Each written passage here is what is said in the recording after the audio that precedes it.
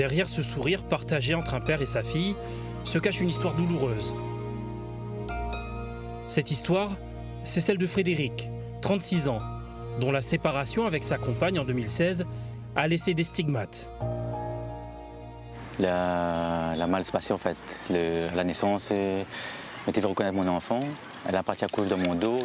Et un mois après, il prend l'avion et est parti à Madagascar sans mon consentement, comme ça.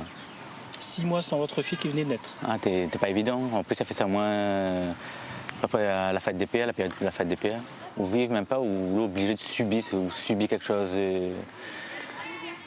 C'est un truc inexplicable, hein. C'est une douleur atroce. Les gens autour de lui ne comprennent pas où. Pour ça, c'est juste, laisse tomber, quand il va grandir, mettre un pied sous le cœur. Les gens ne comprennent pas.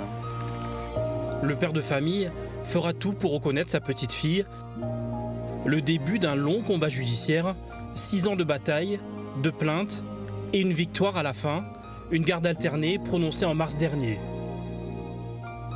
Qu'est-ce qui finalement a fait que vous avez pu tenir et vous avez pu vous battre?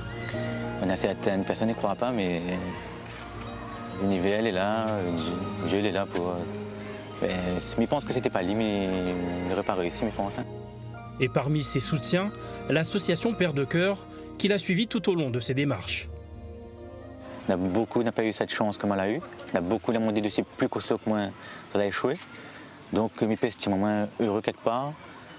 Mais je pense souvent à d'autres papas, hein, que la fini sûrement en prison ou que la suicide d'azote, dans ce genre de cas-là, en fait.